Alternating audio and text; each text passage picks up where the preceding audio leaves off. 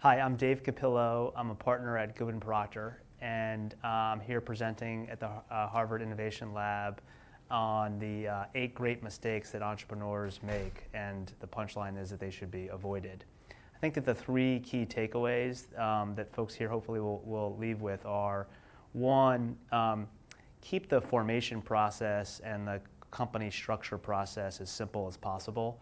Companies really aren't going to be valued based on a novel or complex company structure or corporate structure and the like. It's really on the underlying business. And so I've seen entrepreneurs get fouled up and try to create an innovative or complex corporate structure when ultimately the underlying business is obviously going to drive the value. Second, founders should really an entrepreneur should get the allocation of founder equity right at the outset. And that's really 3 things. 1, getting the allocation right amongst the founders, which requires transparent discussion amongst the founders about contributions and expected contributions. 2 is to subject founder equity to vesting so that one of the founders can't walk out the door after a day of work and take 10, 20, 30% of the company. And 3rd is to file a very important tax election called the 83B election, and we'll talk about it more here today. The last takeaway is to protect the startup's IP. And so that's really two things there. 1, make sure anyone who's worked on the startup's business has signed an agreement that assigns the intellectual property to the startup, to the entity itself. And 2, founders should really be wary of bringing people on board that have worked for other companies in the past that are in a similar business to avoid potential intellectual property ownership disputes. So thanks.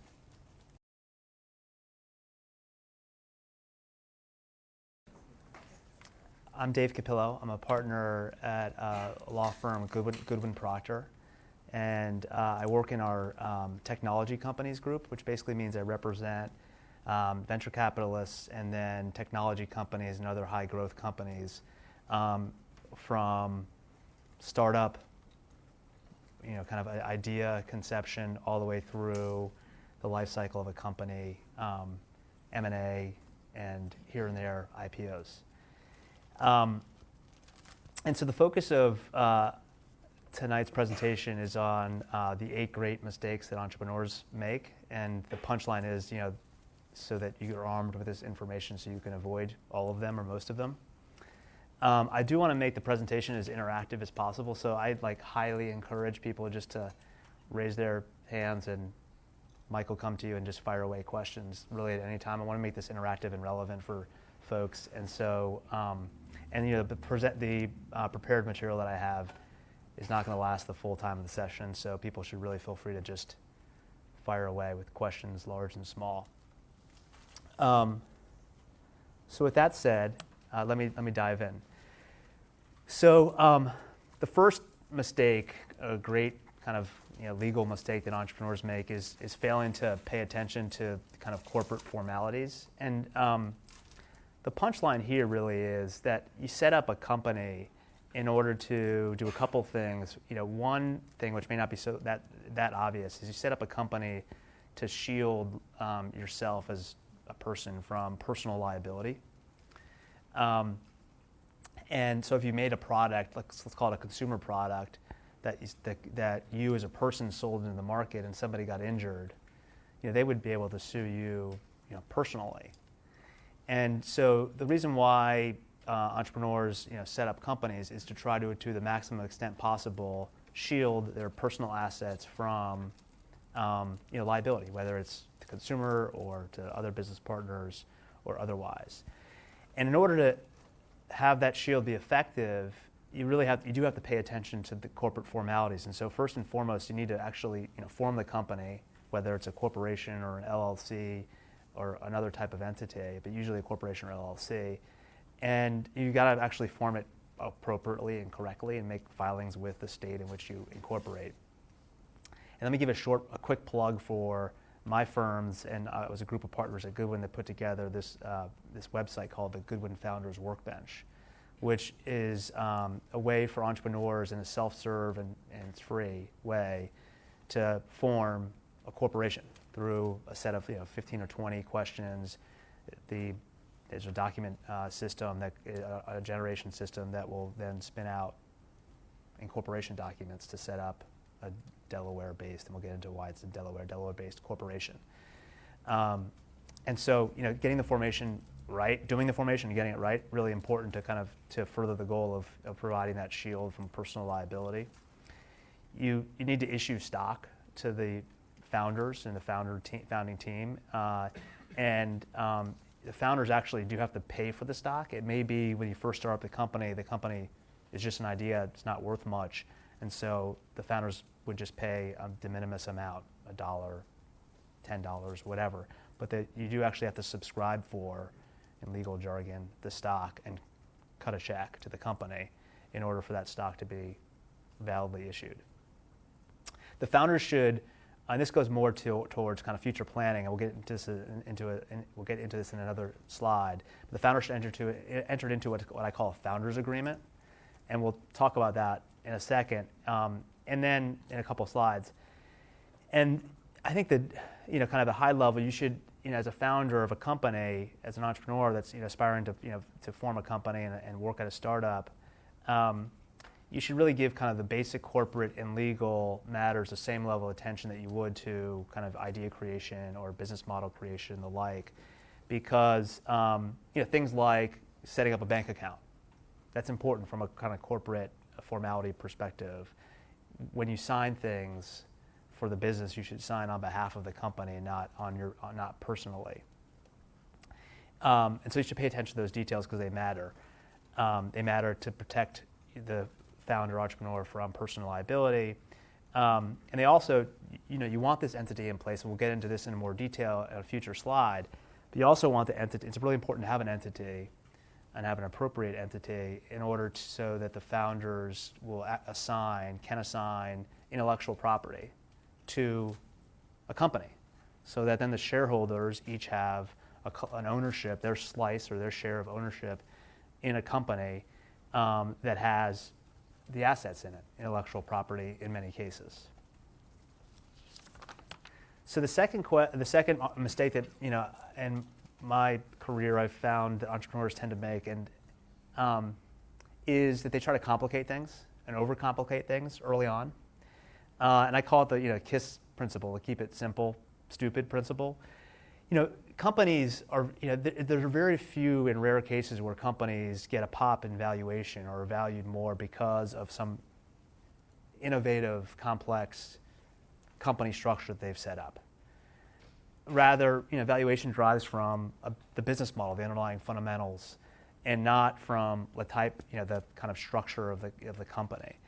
And so I generally discourage founders from kind of innovating on kind of company structure and corporate structure. But there are a couple key questions and kind of key decisions that founders need to make. One is, what type of entity should the founding team or an entrepreneur use? And the first kind of level question is, there are a bunch of kind of nuanced alternatives, but the two types of entities that are most common, one is called a corporation, and the other is called a limited liability company. They both provide, as long as the corporate formalities are attended to, as I mentioned in the first slide, they both provide the entrepreneur from, in most cases, a shield from personal liability. But there are some differences between a corporation and a limited liability company from a kind of corporate and more so from a tax perspective. So in deciding between a corporation and LLC, the first question that I ask my clients as they're, the founding team that I'm advising, is whether the business that they're creating is going to need to receive outside capital or more specifically venture capital in order to achieve their business goals. And sometimes the answer is the entrepreneurs don't know. Other times the answer is definitely no. And in many cases, the answer is yes. We think we're going to have to raise venture capital money or institutional money to make a go of this business. And if the answer is yes to that question, whether they need to raise venture capital, then in almost every scenario, in most scenarios, using a corporation as opposed to a limited liability company is the way to go. And we'll kind of talk about the benefits and associated with each of these entities. But that's kind of a fundamental question in my practice when I deal with a lot of companies that receive or are seeking to receive venture capital money. So there are a couple benefits of this entity with the limited liability company entity, and the benefits are primarily, I guess, kind of twofold. One is a limited liability company is extremely flexible as far as how it can be structured and the way that distributions of capital and allocation of equity can work. Very, very flexible. There's a lot of good associated with that, but there's also a lot of bad, going back to the kind of KISS principle. I find that sometimes entrepreneurs that use an LLC would really tend to try to over-engineer the structure and kind of get bogged down and waste time focused on these matters as opposed to the underlying business. The primary benefit, though, of a limited liability company is a tax benefit. And so a limited liability company, as opposed to a C corporation, which I'll talk about in a second, has one level of tax, which means when a limited liability company is profitable, the limited liability company doesn't pay tax as an entity on those profits. The shareholders, or the holders of the equity of that limited liability company, they pay tax on the profits at their individual tax rates, as a general matter. And so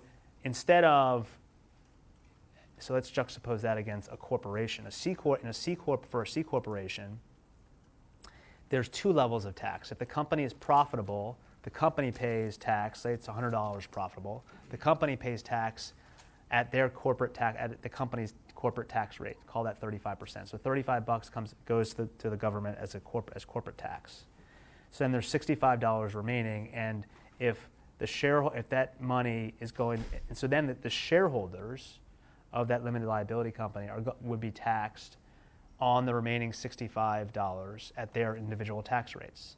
So that then reduces the $65 further down to call it $50, as opposed to if it was a limited liability company, there would just be that one shareholder tax, call it 35%, and so $65 would be available to go in the shareholders of the LLC's pockets. And so that's a significant advantage to a limited liability company. Yes? You only tax the $65, though, right, if you dividend it out. If you keep it in the company, you won't. No. So for a corporation, correct. For a corporation, the question was, for a corporation, if the corporation does not distribute that $65 worth of profit out to the shareholders, or the shareholders taxed? And the answer to that is no. So they're not. So the scenario I was outlining was a scenario where the company wants to provide liquidity to its shareholders in the form of, to get the money in the shareholders' hands. And so that's a scenario where the LLC has a much better tax attribute than a regular C corporation. At the time of a sale, it also, for certain types of sales, a LLC is also superior to a corporation, C corporation, from a tax perspective. It gets a little bit wonky, but I'll outline it quickly. If a company sells its assets, meaning like its intellectual property, it breaks up its assets and sells its assets to maybe one buyer. If a corporation does that, the corporation is taxed on the asset sale. Say they sell all the assets for $100, and then just like in the example that I gave on profits, so that the corporation is taxed at 35%. And then when it's ultimately trying to distribute the money, or when it distributes the money to its shareholders, the shareholders are taxed again at their individual tax rate. Whereas if an LLC was selling its assets, there would only be one tax, which would be on the $100, which would be on the individuals at their individual tax rate. So just one tax of 35%, as opposed to a 35% tax and then a 15% tax for the corporation dividending the money to the shareholders. There are some benefits, though, to a corporation, and to kind of go back to the corporation or LLC distinction. The benefit to a corporation is it is significantly easier to structure and better known. And some of it's because it's a corporation has been around longer from under the statutes than a limited liability company. Some of it's because, frankly, there are less choices to be made in a corporation. There are less ways that you can nuance how distributions get made and what the equity looks like and the like. And so that results in it being simpler to set up and, frankly, more efficient to set up from a kind of time and money perspective. The other key thing that corporations have over limited liability companies is it's easier in a corporation to issue equity to employees in the form of stock options or restricted stock. It's harder to do that in a limited liability company for a bunch of kind of complex reasons, but it is significantly easier to issue equity to employees in the context of a corporation. Let me pause there. Are there any questions, other questions on kind of corporations versus LLCs? Yeah. How difficult is it to transition from one entity to the other? So the question was, how difficult is it to transition from an LLC to a corporation and vice versa? It is difficult and very complex from a tax perspective. In many cases, not feasible to move from a corporation to an LLC. From an LLC to a corporation, it can be done, and it's somewhat complicated, meaning you'll have to hire sophisticated lawyers to figure out the best way to do it from a tax perspective, and so it is doable in that direction. How expensive? It depending on it depends on what how complicated the founders got in the LLC itself. So how nuanced are the equity interests in the LLC? It also depends on how many owners there are of the LLC and what their economic interests look like. And so it depends. It can be rather simple if there's one owner and they just have a common interest in the LLC, and to convert it into a corporation can be easy. But when you get multiple owners with different kind of economic interest in the LLC, it gets pretty complicated. Yes, another question. 1 second. My understanding of the LL part of the LLC is Yeah. that if the company gets sued, then the owners are not personally liable. Can you speak to the limited liability aspect of the Yeah. LLC? So, Thanks.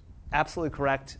Both a limited liability company and a corporation, if you attend to the corporate formalities that I mentioned on the first slide, provide, in most cases, founders, the owners of the company, with a shield from personal liability.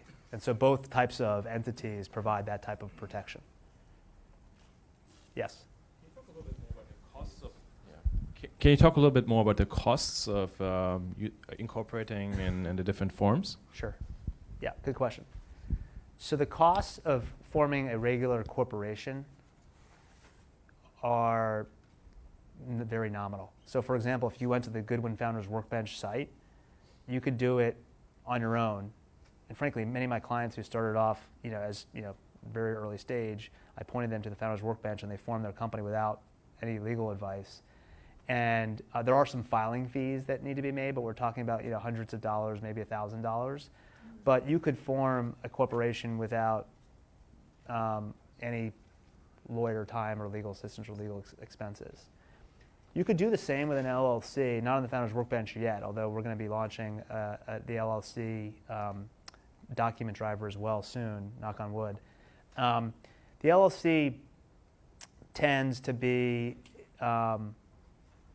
there's a wide range, from, $1,000 or a couple $1,000 to a lot more than that, depending on how complicated people want to get as far as setting up the LLC. So I think the punchline there, to answer your question, at kind of a highlight level, is that a corporation is less expensive to form than an LLC, and a lot of it goes back to the fact that there are a lot more choices to be made in a limited liability company as far as structure than a corporation. So then, if you've decided that you're going to be that the company's going to be a corporation, there are two types of corporations. Yeah, one question over here. Let's say you form a one-person LLC. How difficult or easy is it to allocate stock to your co-founder? after forming the LLC? Oh, it's relatively easy.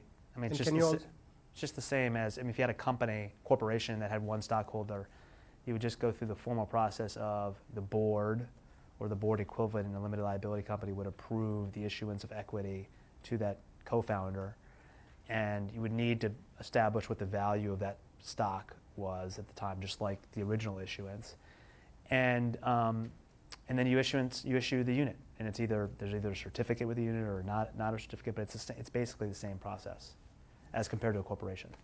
So And pretty simple. You mentioned there are complications allocating stock options to employees. Yeah.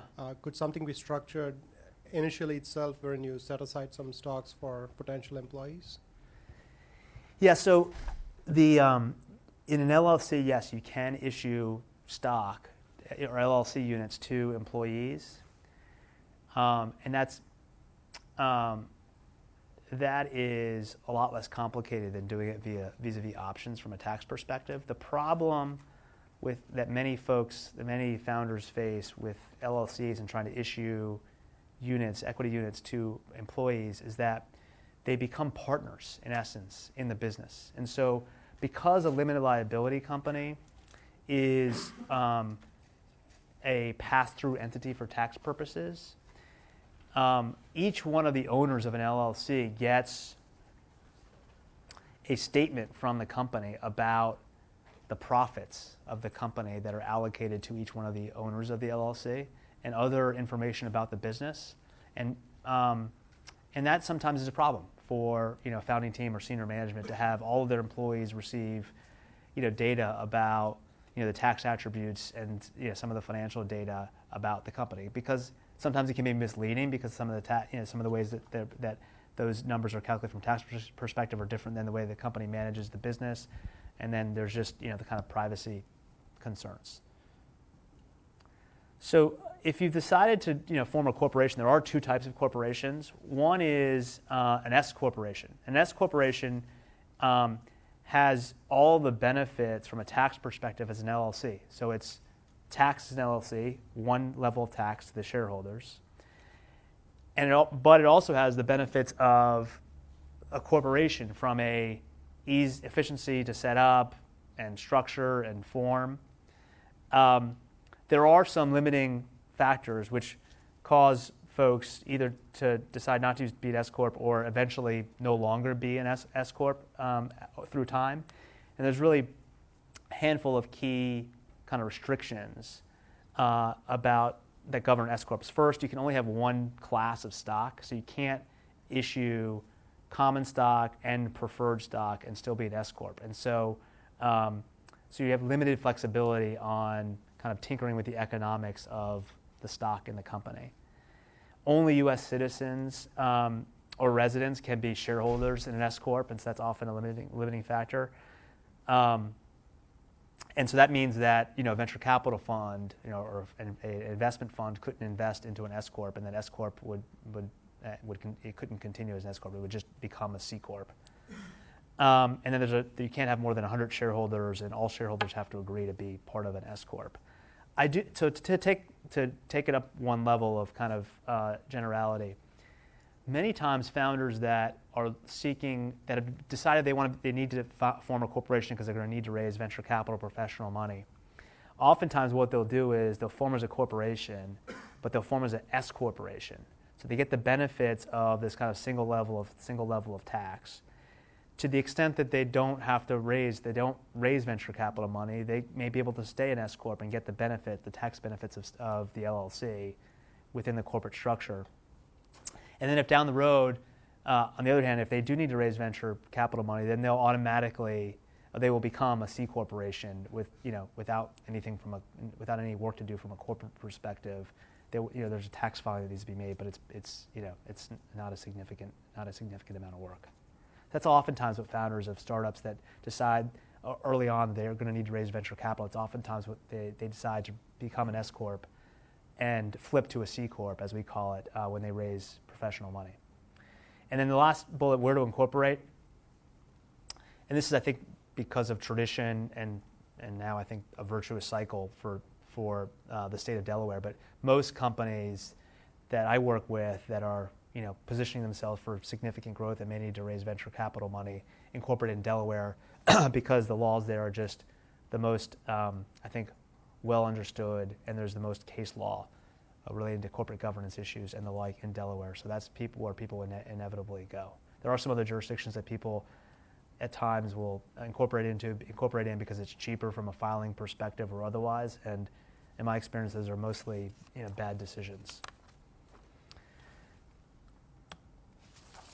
All right, so the next great mistake, and this is a big one, is failing to appropriately address founder equity. I think the one bullet point that's not here, I think, is probably the most important, which is that the decision to allocate equity amongst the founding team is one of the most critical or early startup decisions that needs to be made. And there's no science to figuring out what the allocation should be. And the scenarios where I've seen it work really map to founding teams that are willing early on to have really transparent discussions about this issue and focused on what each founder's past, present, and expected future contribution is going to be to the company. It's hard to do, and it also triggers discussions about folks, about co-founders' strengths and weaknesses. But the times that I've seen this work is when those transparent discussions happen up front and flow into an appropriate allocation of equity. And the times where I've seen that this doesn't work is when the issues are frankly avoided early on. And these can, in some extreme scenarios, bad decisions about allocating founder equity can kill companies.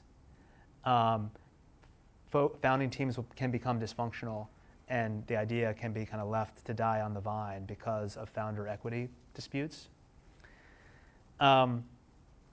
Another really important point, which I think is probably less intuitive, although I think equally important, is that founders should, when they're part of the founding team, when there's more than one founder, they should subject, in my view, each other's shares to vesting.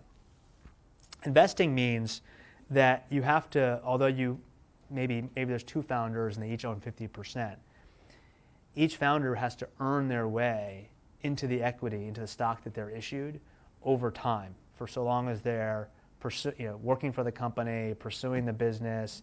They continue to vest over a 2, 3, 4-year period, 4-year being the most common.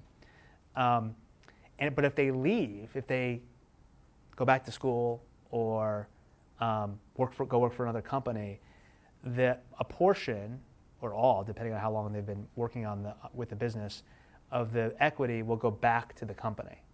And you don't have someone who's left the company, a co-founder who's left the company, 10 days after the company was formed and 10 days after the stock was issued, walk out the door and decide to go, on a walkabout for a few years and leave with 50% of the company. And that can kill companies. And so it surprises me how many founding teams I meet with that either haven't thought about this or kind of push back initially on this concept of vesting, and I think it's just absolutely critical. So the other key point is, and this is a wonky point but super critical, is when a founder is issued stock that's subject to vesting, we call it restricted stock, which means that the company, if the founder stops working for the company during the vesting schedule, can repurchase those shares for basically no cost or at cost. From the IRS's perspective, restricted stock that's issued is not viewed as owned by that shareholder until the stock vests.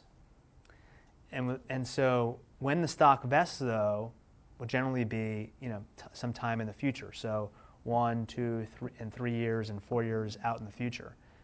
If you don't file this 83B election, the IRS will tax you at each time the stock vests. And so at the time that you form a company, many companies are worth very little money. And so their stock is worth very little money. And so the tax on the stock that you've been issued would be very, very minimal or nothing if you paid that minimal amount for the stock. If you don't file the 83B election, the IRS waits until that stock vests over year 1, 2, 3, and 4, when the company could potentially be worth a lot of money. And so in order to reverse that, what you do is you file this 83B election with the IRS that says, no, even though my stock can be repurchased by the company if I leave, even though it's subject to vesting, I want to declare with you, the IRS, that I want to be deemed to own the stock for tax purposes today, so that the value gets set today, and so that the tax is set off of the value of the company today, which is, in many cases, very low. So it's a really important thing to do, and you have to file it within 30 days of when that stock has been issued. If you wait until day 31, you lose. You're in the system as not owning the stock, and you get taxed at each vesting point. It can result in pretty disastrous outcomes. Any questions on that? So the other thing that's important for, I think, founders to, as they're allocating equity and to avoid the mistake of kind of inappropriately allocating founder equity, is to put in place restrictions on transfers of the stock. And so, going back to the vesting point, you wouldn't want your co-founder to walk out the door 10 days after you form the company with 50% of the company and no longer contribute. But you also similarly may not want your co-founder selling the shares, 50% of the company, to some, his aunt or friend or competitor to the company. And so what the tools that are often used to restrict those kinds of transfers are a right of first refusal.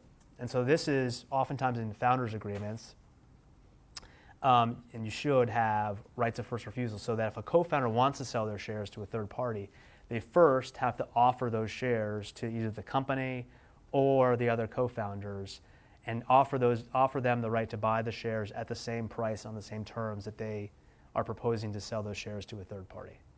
And so there's two effects of that. One, frankly, is it makes it more difficult to transfer your shares, because it's harder to find a buyer for shares when they know that someone in the end can just swoop in and buy the shares on the same price that they negotiated for. So it does inhibit the kind of transfer process, which is one of the goals, frankly.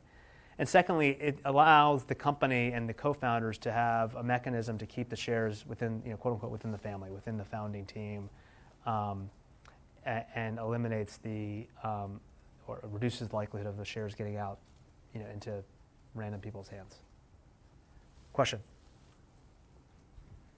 Just with regard to the 83B, to be Yeah. clear, if you end up electing it, then you do pay taxes that year, maybe lower, but you do pay taxes even if you end up leaving and the stocks never vest. So That's there's the a definite downside of the loss. 83B. I mean, if you look for a startup, and this is kind of what this presentation is focused on, startups at inception, when the stock is issued, most of the startups are worth minimal value.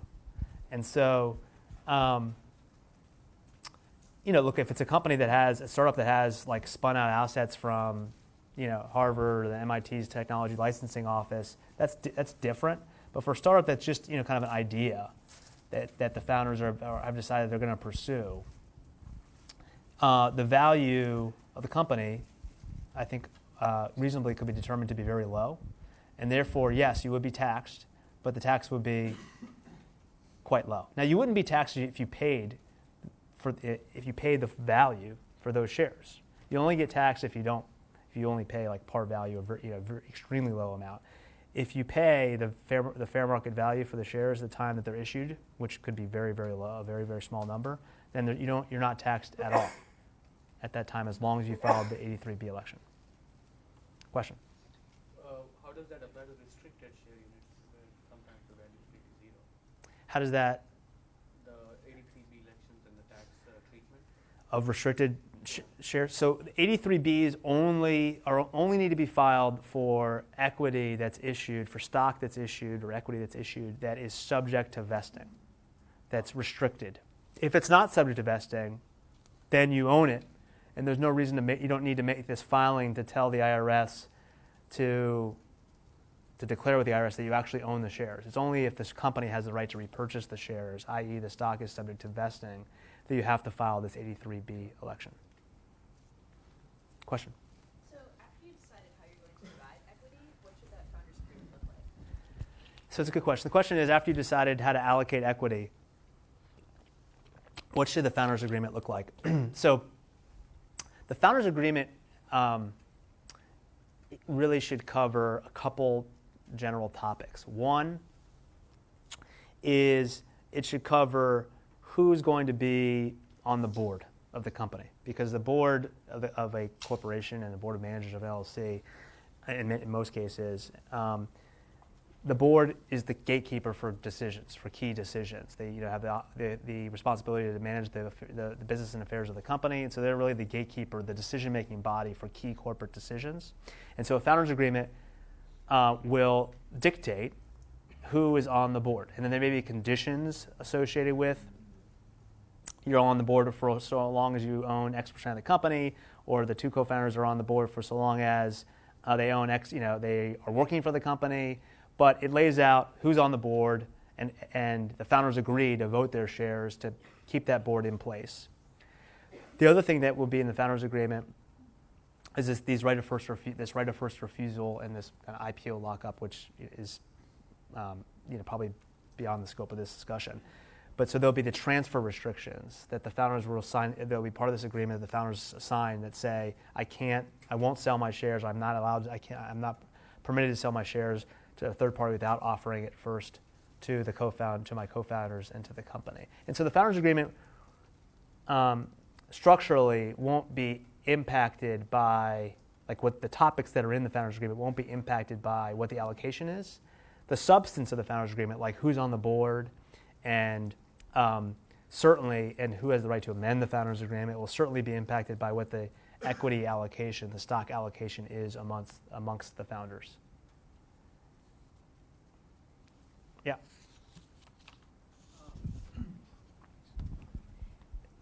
So the right of first refusal, of course, is to protect the company from one of the shareholders from selling off the company, beneath their feet.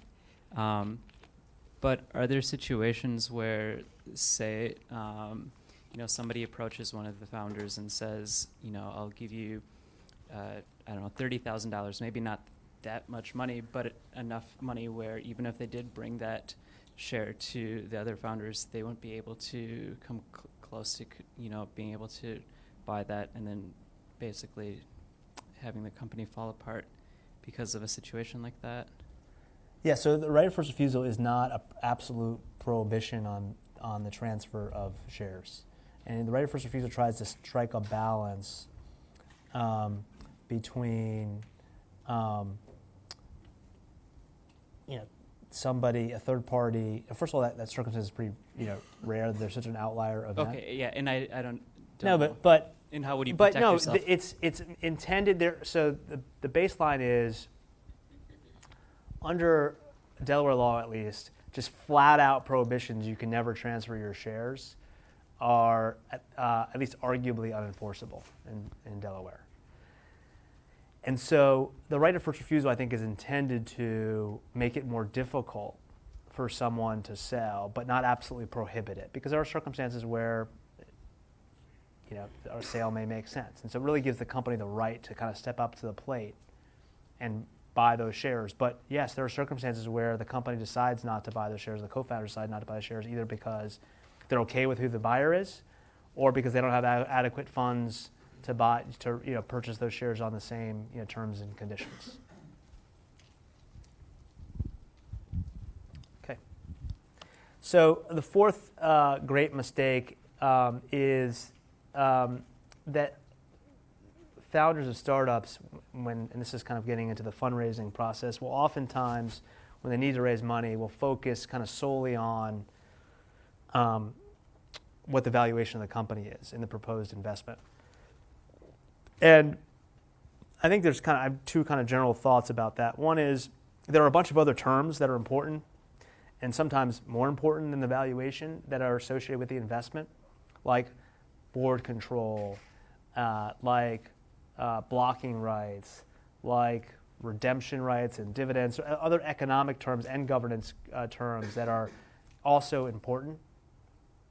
And then I think sometimes I've observed that founders and entrepreneurs just get so hung up on valuation and thinking that the company is worth more than the investor's value that's being put on it, that they will dig their heels in and not take the money, and then maybe they're not able to raise money on the terms that were acceptable to them, and they go out of business. And so I think that the takeaway here is that the goal, I think, for a founder, particularly a first-time founder in raising money, is to try to reach a reasonable deal, a reasonable outcome both on valuation and other terms, and do it as quickly as possible, because the fundraising process can be just all-consuming, particularly when you're raising money from venture capitalists or angel investors or otherwise. It becomes literally a founding team, and a founder's can be their kind of full-time job, and then they also have the business to run. And so I just have observed that many founders will focus overly so on the valuation as opposed to other key terms, or in a way that may in the end harm, reduce the likelihood that their business is going to be able to be successful at all because they didn't raise the money and they just went out of business. So this is a corollary, which is failing to raise enough money because you didn't want to be diluted or otherwise. And I think one definite kind of trend that I see in working with startups and founding teams is the underestimation of how long getting to the minimal viable product will take, how long it'll take to build out the team, to build the product, and then how much it's going to cost to build the business. And I picked twice here because that was kind of the number that I picked out of the hat, but it's a multiple oftentimes of what I see in estimates, in financial statement kind of estimates going forward as to how much projects are going to cost and how much the company's going to need and how much runway they're going to need. It just most often takes a lot longer and costs a lot more money. And so I always encourage the startup teams that I work with, the founding teams, that if there's capital available, to take it on reasonable terms, as opposed to trying to optimize for taking slightly less capital because they think they can just slide by and be slightly less diluted.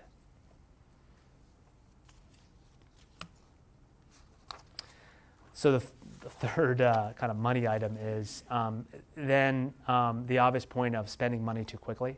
And I do oftentimes see, particularly first-time founders and first-time entrepreneurs, hiring at too senior of a level too early, like hiring a CFO at a super early stage where you don't have revenue, or hiring a chief architect early when you really just need someone to actually write the code.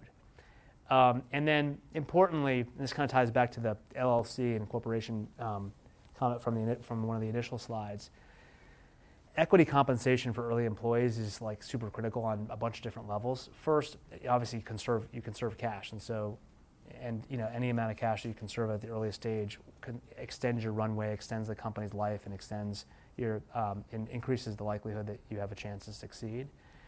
But equity compensation also, and this is an obvious point, totally aligns to the maximum extent possible a employee's economic incentives with the founding team, because they will have they'll have the opportunity to make money and have a liquidity event if the enterprise, if the company ends up being worth a lot of money and it gets sold or goes public. And so that, more so than just kind of cash compensation really aligns the incentives of employees with the founding team, and it saves the company money and extends their runway. So the seventh mistake is failing to pick folks that are around the table who can add value to your business. And so, look, in some cases, as it relates to investors, you just need money. You just need cash to be able to give your business the chance to make it. But if you have the opportunity, you should look for something broader than that, which is money, subject matter expertise, a network, and and the like. And the same thing for directors. There comes a time for companies when they should really bring on outside directors, folks that are independent. They don't work for the company. They aren't investors. And there again, you should look for things beyond just a warm body. You should look for people with the right subject matter experience, the right networks.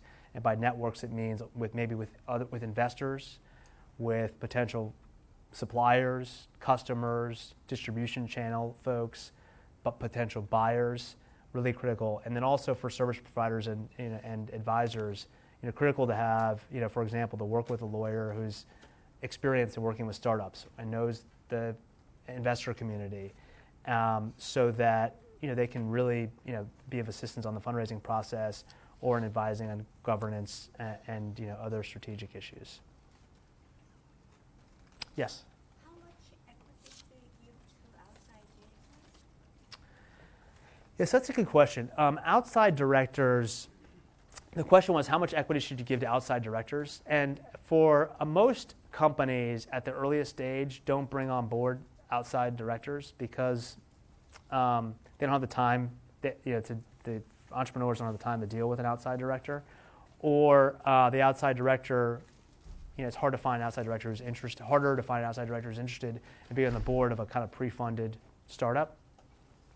But at a later stage, after a company's been funded, it's quite common to have an outside director, and the equity grants really, range the range the spectrum from, 0.1% all the way up to maybe 1% of the company, depending on how much value this director is going to add, which is a function of, do they have fantastic contacts with the investment community? Do they have fantastic contacts with your consumer or customer base?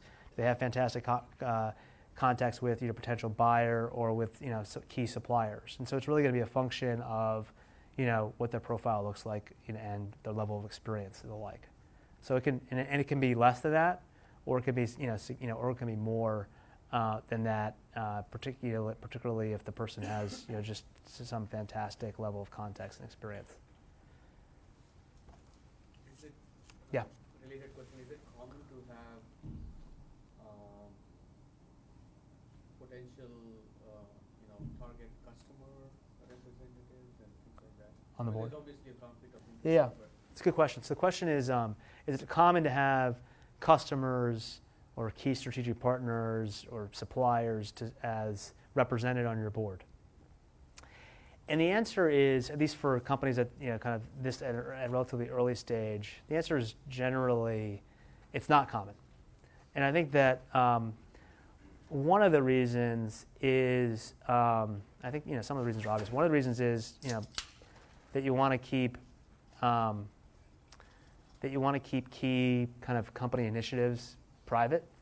And if a key customer was sat on the board and you present to your board the company's financial statements and your pricing models and what big customer wins they had this month as opposed to last month, that customer who's on your board may be conflicted, right? Because he sees that one of their competitors got a better pricing, got a better deal than they got.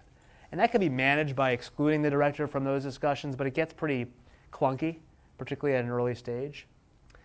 The other, but I do often see strategic partners or companies other than venture capital funds, operating companies, invest. yeah, they have venture arms. Right, invest in startups or other private companies. And so there's a lot of, I think people spend a lot of time thinking through whether it's appropriate for that strategic partner and investor now to sit on the board. And in most cases, the answer is it should try to be avoided because of the same kind of issues. And the other issue is, whether there's the perception that the strategic investor has, kind of a de facto pole position on the purchase of the company, and whether that's in fact the case or not, it can limit potentially that startups, the company's alternatives in a sale. So vis-a-vis that investor's direct competition. So if Coca-Cola, to use an example, invested in your startup and sat on the board, and you decided that, and you wanted to sell the company, and there's only really two buyers, it's kind of Coke or Pepsi, the fact that Coke's an investor and on the board may make Pepsi more reluctant to buy your company for a couple reasons. One, they would be economically benefiting their direct competitor, Coca-Cola, because they would buy the company and then Coca-Cola, an investor, would receive the part of the proceeds. But there also may be the perception by a Pepsi that, well, Coke's on the board. They're an investor. If they haven't bought this company yet, like, what do they know? They know more than we do. What do they know and that we don't know? And so why haven't they bought the company yet? So it could actually have a chilling effect on a competitor that's not inside the boardroom or part of the investor syndicate. And so for many companies at a later stage when they're ready to take some strategic money, I often advise my clients to try to think about taking, if they're going to take strategic money, to take money from multiple strategics. And that oftentimes can, reduce some of that perception issue. And then in most cases, it makes sense not to have strategic partners, customer suppliers, vendors on the board for the kind of informational reasons that I discussed earlier. It's a good question, though. Okay. There's a bonus mistake that I added. So there's actually 9 mistakes. But the eighth great mistake goes back to the topic I talked about on the first page, which is failing to adequately protect IP. And this is just super critical. For many startups, their most critical asset, and sometimes their only asset out of the gate, is intellectual property. And so it's just it is super critical for anyone who's working on the business of the startup to sign an agreement that says, whether they're employees or consultants or just collaborating, to sign an agreement that says all the ideas that I come up with, all the inventions, all the intellectual property is owned by the company. Because in the absence of that, at least as it relates to consultants and advisors and collaborators, in the absence of that agreement, that written agreement, the default rule is that the person who came up with the idea owns it. And so this is a really important point, for the company just in its to be able to offer its products and services, but it becomes accentuated and really important at the time of a sale or at the time of going public, when you have a buyer or underwriters who are doing diligence, and they will literally go and seek to tie every person who collaborated on the product to an agreement that says, I, so-and-so employee or consultant or advisor or collaborator, assign all my relevant IP to the company. Because without that, there's gaps in what's called the IP chain of title. So it's super, super important. Other things that are important to kind of try to flag up front is if one of the founding team members has worked for another company before, and that other company either has a business that relates to the startup's business, or whether or you have a co-founder who's actually currently working for another company. And you have to be very careful about, the team needs to be very careful, and that person needs to be very careful about using the employer's resources, working on the project during work hours, and the like, because that former employer could dispute the ownership of the intellectual property that, according to the agreement that I just mentioned, says that all the IP gets assigned to the company. Well, if the former employer, or if the employer for a moonlighting co-founder also has an agreement that says that, then you've got an ownership dispute about who owns some potentially critical piece of intellectual property. So it's really important to kind of screen, to vet the folks that are collaborating, that are on the founding team, vis-a-vis what they did for former employers, and also if they're currently working for another company at the time that they're working with a startup. I've seen a lot of missteps on that front, and buyers, sophisticated buyers, will drill down on that in quite excruciating detail. Now, we talked about rights of consultants that are third-party developers. They got to sign an agreement that says, I assign all my IP that relates to this business to the startup. Anyone who's you're disclosing all employees, consultants, but anyone who's disclosing, information that could potentially be important to the startup's business should sign a non-disclosure agreement. Interestingly, many investors, professional investors like venture capitalists, won't sign a non-disclosure agreement. And their rationale is that they're in the business of evaluating businesses, and so and they're not in the business of starting businesses. And they have so many ideas that are thrown at them that in order to manage these NDAs and these non-disclosure agreements, they wouldn't be able to manage it effectively. And then also physical security on IP assets really important in order to retain some protection, like trade secret protection. You need to actually have space that is secure, like either locked desk drawer or, for a company that has an office, locked office space that you can't get into unless you have a card or somebody lets you in. Really important stuff that sometimes is overlooked. Question? Even if the patent is filed, still we should go for NDA? Even if the Patent is filed? Oh, if the patent is filed. Yes, so that gets into, so if all of the IP about the company is disclosed in a published patent, then it's all public. So there's nothing. Now, I think that the way I've described it is, practically speaking, not the way the world works, right? There's always something that's maybe ancillary to what's in the patent, or another initiative that the business is seeking, or in the context of a natural discussion, it's hard to confine discussions to just what's in the four corners of the patent. And so I advise when you're talking about strategic matters or matters with a business partner, a potential business partner, to sign an NDA to protect things that are outside the four corners of the patent. Yes? Can you comment on sort of, enforceability or like NDAs in terms of like what they actually give you? Because I've heard they're rather flimsy, particularly if you're in certain states.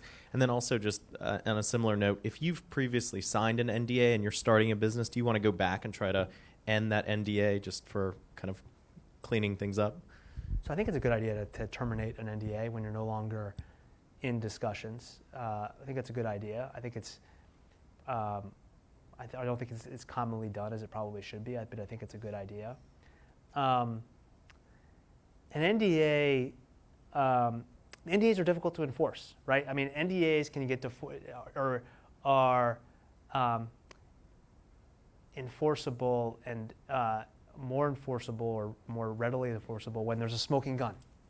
Like there's a document that was disclosed as part of a business discussion that is stamped confidential. There's an NDA that's in place that had very particular information that the recipient couldn't have received anywhere else. And so I'm defining the scenario pretty narrowly because I think it supports your point, which is, NDAs are difficult to enforce because a lot of times NDAs cover discussions, and which are hard to prove that someone stole your idea when you just told them about it without anybody else around. It's hard to prove that. But when there's documentation associated with what you deliver to them, that strengthens the protection that an NDA can provide. And I think most importantly, there's a deterrent effect, right? So NDAs have been enforced in the courts, and many of the examples of when they've been enforced have been when there's a smoking gun, when there's good documentary evidence, and they're harder to enforce when you just have oral discussions. But there is a deterrent effect. Like companies will take NDAs seriously, but they are, as I mentioned, on the with just oral discussions, they're difficult to prove that somebody breached an NDA. Yes, the back.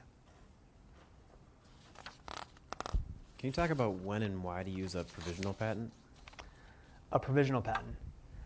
Yeah, so I'm not a patent attorney, and I don't play one on TV either. I've got a bunch of my partners who are patent attorneys. in the law, the rules have changed on provisional patents, and so I think that the general reason why you would file a provisional as opposed to a full-blown patent is speed and cost associated. And so provisional patents you can file in a lot less formalistic manner, with a lot less detail than a full-blown patent application. And then you have a period of time after you file the provisional to file the more fulsome patent application, and it gives you priority back to the time at which you filed the more streamlined provisional patent. And so that's generally, why people traditionally have filed provisionals versus full-blown patent applications. But if I were to comment beyond that, I would be misleading you. So I'll stop there on that. Other questions? All right. So the last one is just a plug for this Goodwin Founders Workbench. If you're on a founding team and if you're thinking about forming a company and working on a startup, you should definitely check this out. I spent a lot of time pulling these documents and this document driver and the resource together, and so you guys should. I encourage people to check it out. So I think now I just would open the floor to random questions. Yeah. Yeah. How much of this is actually applicable to organizations that will be started abroad? That's a good question. I think many of the concepts are similar. In most jurisdictions, you'll have entities that are taxable entities or flow-through entities, and you'll have decisions to make about when to incorporate. And I think that fundamentally, in most jurisdictions, or many jurisdictions, you'll have the same kind of types of questions that you need to address early on in the process. But it won't be kind of corporation versus LLC. So I think it's correlated, but it's not one-to-one. I think the general topics are probably applicable in many jurisdictions. Good question, though. Yes. To that same point, if you have investors who are foreign investors or strategic partners who are foreign partners, and you have relations between corporations established in the United States and corporations established in other countries. Mm-hmm. Can you talk a little bit about arbitration and selecting the law that is going to apply? Yeah. Things like that. I mean, very briefly. Yes, there's a lot. This could be the subject of hours worth of discussion. But a good friend of mine and a client who I was negotiating a very complicated international joint venture with, we were talking about arbitration, and of course, and choice of law. And so when you have companies that are based in different jurisdictions and you're entering into an agreement with them, there's always the question as to okay, which law should govern? Should it be U.S. law, New York law, or Delaware law, or should it be the law of where the other company is based? And where are the people? And should you use arbitration or should you just use the court system? So there's no right answer to that question. I will say that in some circumstances, having a mutually inconvenient process or location for arbitration may make sense because it may limit each party's willingness or desire to actually arbitrate and not work it out amongst themselves, which is always the best, always leads to the most efficient result, at least. So, but there are, books worth written on where you should arbitrate, and depending on where companies are based. I mean, it really is a function of where companies are based, where the business activity is going to be, and then how arcane or efficient are the various court systems. So, that's my bullet point answer to a very complex question. Arbitration in general takes place at international chambers of commerce, like something like that, or not necessarily? Oh yeah, there are, but yes, there's the ICOC, which is a popular arbitration body, but there are other organizations as well that have arbitration that govern the arbitration process, and have their own arbitrators, and so there's several other bodies other than ICOC to handle international arbitration disputes. How do you incorporate bonus? How do you incorporate Bonus? a bonus? Like how do you incorporate? In your number one, there was incorporate bonus early. Oh, bonus. Bonus, incorporate early enough. Oh, that means you want to form the company to get the personal liability protection and to be able to issue the equity to the founders in an efficient manner. In order to do that, you want to form the company at an early stage, like not after you've already released the product, but you want to do it early and have revenues. You want to do it early so that you can get the benefit of personal liability protection and, frankly, the ability to more efficiently issue equity to the founders when a company is at its earliest stage and may have a lower value. You caught me. I didn't talk about that though. So thank you. Yes. It's not related to mistakes, but how easy or difficult is it for two co-founders who are not U.S. citizens to form the company in the U.S., which is going to have its main operations here? There's no residency or citizenship requirement on forming a U.S. company or Delaware company. So you can do it. I mean, the key question, one of the key questions that will come up is whether you're a U.S. taxpayer. And if you're a U.S. taxpayer, then it's forming a U.S. company, whether you're a citizen, resident, or otherwise, is as easy as it is for a U.S. citizen. So there's no residency requirements. No residency. LLC corp matters though, if you have founders owning stock in the company. If you're a U.S. taxpayer, then doesn't matter. But you have to be bare minimum a resident. You can't be like, let's say I get out of school and try to found a company with other co-founders who are not U.S. citizens or residents. Will that be a problem? Because none of us will hold, let's say, a green card or something. I mean, so you won't be a U.S. taxpayer. Would you be a U.S. taxpayer? I mean, it's really the critical thing is are you a U.S. taxpayer? I mean, separate apart from whether you can actually legally work in the U.S., that's kind of a separate question, certainly outside of my area of expertise. But if you're a U.S. taxpayer, you can form a U.S. company just like a U.S. citizen can. Yes. Could you speak to if there are any particular mistakes that you notice with companies coming out of ideas coming out of universities? So do universities pose any peculiar problems? Yeah, it's a great question. And so the answer is yes. And universities like Harvard and MIT and other universities that have a kind of active and vibrant entrepreneurship culture will have licensing offices. And so to the extent that you're collaborating with, a professor, or you are a professor or otherwise employed by the university, then you'll need to work through the technology, the licensing office at a university.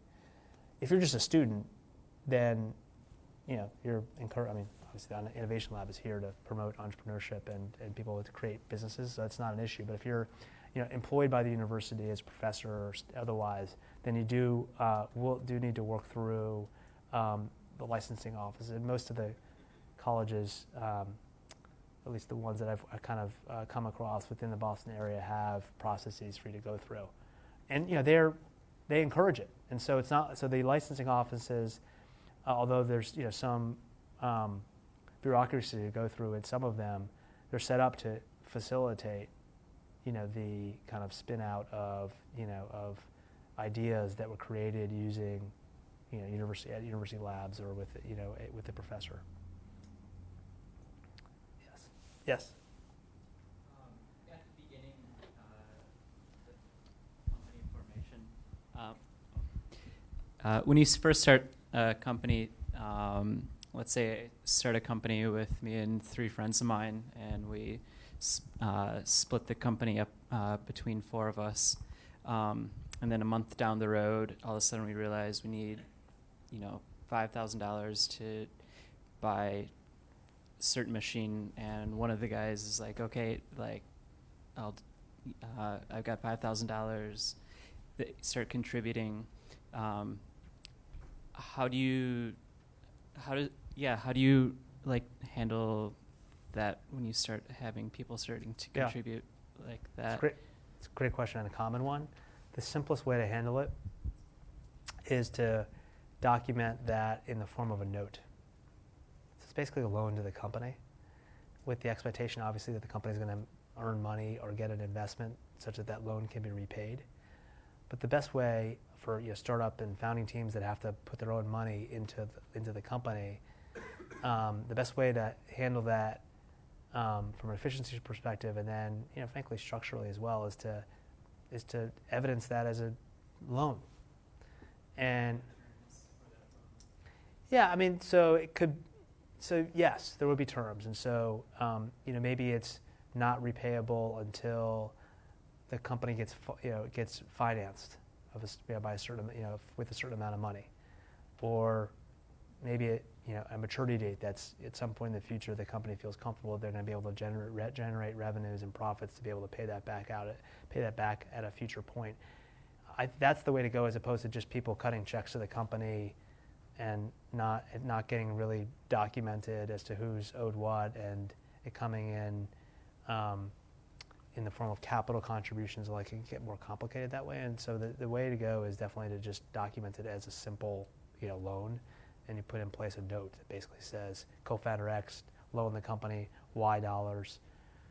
The company owes co-founder X Y dollars plus some minimal interest, and that is due when on this date, this date or after this date, or if the company gets $100,000 worth of financing.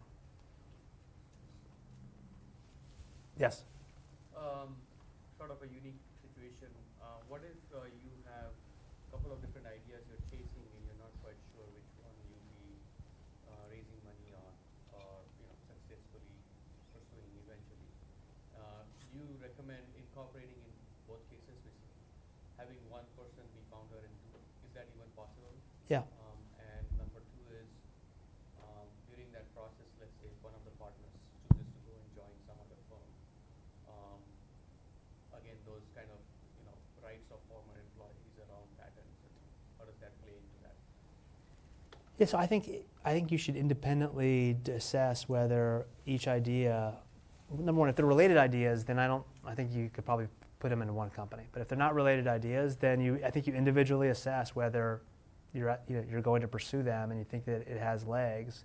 And if you think so, then I think you form the entity earlier rather than later for each one of those ideas. And it's possible to have the same Yes. person have ownership and founding. Yeah, I mean, there are agreements between founders and the companies that you'll agree, as I mentioned, to assign intellectual property and any intellectual property you create to the business. And so it will require some attention paid to how you define what it is. Like, so there just have to be, business X, which is medical device company. Any ideas related to this medical device, go to that. And then, business 2, which is a consumer internet site. And any ideas that relate to that are owned by that entity. And so you just need to be more careful about how you define intellectual property and what goes into what company. But you can be a founder of multiple companies, number one. And then number two, what do you do with co-founders who leave? It goes back to that vesting point. Founding teams should absolutely put in place a vesting schedule. And so if unvested shares would go back to the company, and vested shares in most scenarios would continue to be owned by that co-founder who left. And the theory being they did their time, they served and earned the stock. So they keep it. Is it possible for the co-founder to remain a co-founder and be an employee of some other larger corporation? Yes, it is possible. You get into intellectual property concerns about whether the employer is going to own the ideas that are supposed to be part of the startup. And so you get into some of those intellectual property issues. And also the terms of that person's employment at the bigger company may prohibit him or her from engaging in other business other than, working for the company, working for the big company. Yeah, back. So you indicated later in the presentation that issuing equity was a great way to save money, but I think earlier you said to do it with caution. Yeah. Can you elaborate on what information is disclosed to the employees when they have equity, and then also maybe some advice on making the decision? Yeah, so I think my point in that slide was that you should allocate founders' equity, early equity, carefully. And I meant by that I meant allocate it in terms of how you're slicing up the pie, the ownership pie, carefully, because you want the person whose past, present, and future contribution is going to be the biggest, the most important to have the biggest relative stake in the company, as compared to folks who play a more minor role. And so that's kind of what I was talking. I think that using equity compensation for down to rank and file employees of a startup is a good idea. And typically, as when companies issue options to employees, they aren't given like a business plan. I mean, they're working at the company, and so there's a presumption they know what the business the company's in. They have some level of knowledge. There are some annual filings in some states that are required as part of the option plan that need to be made. But I think practically speaking, there's an assumption that employees who receive equity have access to information about the company that they're receiving the equity in. I think that was your question. Yes. Next. Yeah, I guess two questions. One, sort of the right moment to think about incorporating. It could be too early if you're just playing around with an idea. Yeah. Maybe it could be too late if you let it pass too much. And then a second question, which is related to that, is prior to incorporation, can you have informal agreements or formal agreements as to the IP before incorporating? Because it's clear that once you incorporate, then the good practice will be to leave IP on the corporation. But before that... Good question. So I wish I could give you a rule that applied in every scenario as to when you should incorporate it and when you should wait. But generally, if the team is pretty committed to an idea, like they kicked it around, they think it's viable, and they're doing some real work on it, like not just hobby work, but real work on it, I think that's the time. And it's different for every company. I would say I would lean towards incorporating earlier rather than later. Because the downside of incorporating early and the company not moving forward is that there's some expense associated with it. But the downside of waiting too late is much more significant from an expense perspective and an ownership perspective. And so I would say, that's the kind of framework, but I would tend to lean towards incorporating on the earlier side as opposed to, and so if you're just brainstorming about ideas and maybe somebody's put a couple hours of time into fleshing out the idea, that's probably too early. May not be. But if people are starting to spend some significant time and the consensus is that this thing may have legs and people are committed to it, that's probably the right time. And then your second question was, remind me your second question. Oh, right. You can enter into kind of stylized contracts about this is what, when we form the company, this is what the equities allocation is going to look like, or we assign all of our intellectual property to the one key founder. And then at the time you form the company, the key founder will assign all the IP. Frankly, though, you're going to want the founding team at that point again to assign all the IP to the company, but that can be one way to, at least as a business technique, to document what the agreement is as it relates to equity and equity allocation and intellectual property ownership. They get hard to draft when they're kind of in between people, but there are definitely kind of pre-incorporation agreements that can be drafted that will lay out what the equity is expected to be, and then people can assign IP to other people within the founding team. Yes? When you were discussing the difference between an S corp and a C corp, I believe you said that in an S corp the shareholders need to be people, or they need to be residents. Does that mean that if you have a corporation who owns shares, you have to be a C corp? If you have a corporation, so if you have an S corp who has a stockholder that's a corporation, it's a C corp. It is a C corp. Okay. Yeah. Thank you. Yep, no problem. That's one of the major. The S corp sounds great as I was leading. As you think about it, except it has some significant restrictions on who can own stock.